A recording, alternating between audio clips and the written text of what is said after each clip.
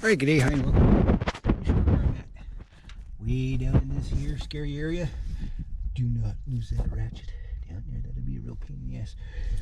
But anyway, yeah, so that's the back bolt for the fuel rail. There are 8 millimeters. There's one there, it's 8 millimeters. That one I'm not sure if it's stripped or not.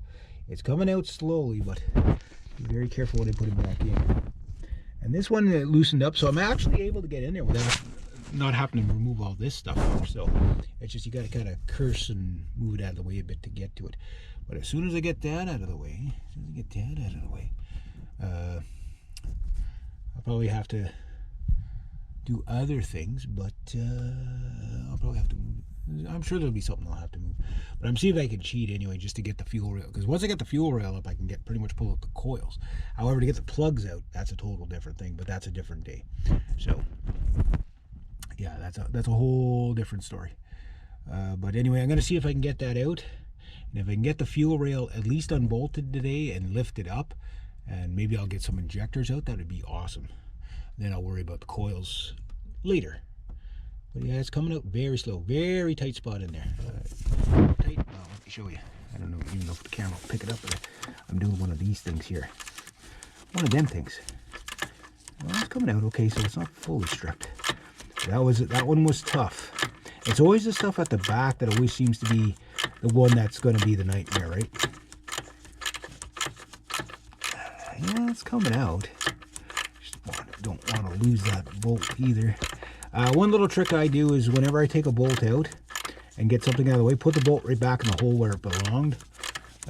So that way you don't lose that bolt, in theory. You'll probably lose or break the bolt anyway, but the theory is sound. The practice may vary. Your mileage may vary. That's getting pretty close. I also don't want to lose my ratchet, so. Anyway, I just wanted to show you where. But that's the last bolt, I believe, on to get to. That's the hardest one to get to. So it's 4 bolts holding the fuel rail on. As soon as I can lift that sucker up, those injectors are coming out, and then we can start working on the injectors. And then that'll be, putting me on the map for getting this thing back running again. Because at least if I know if all my injectors are in the condition they're in,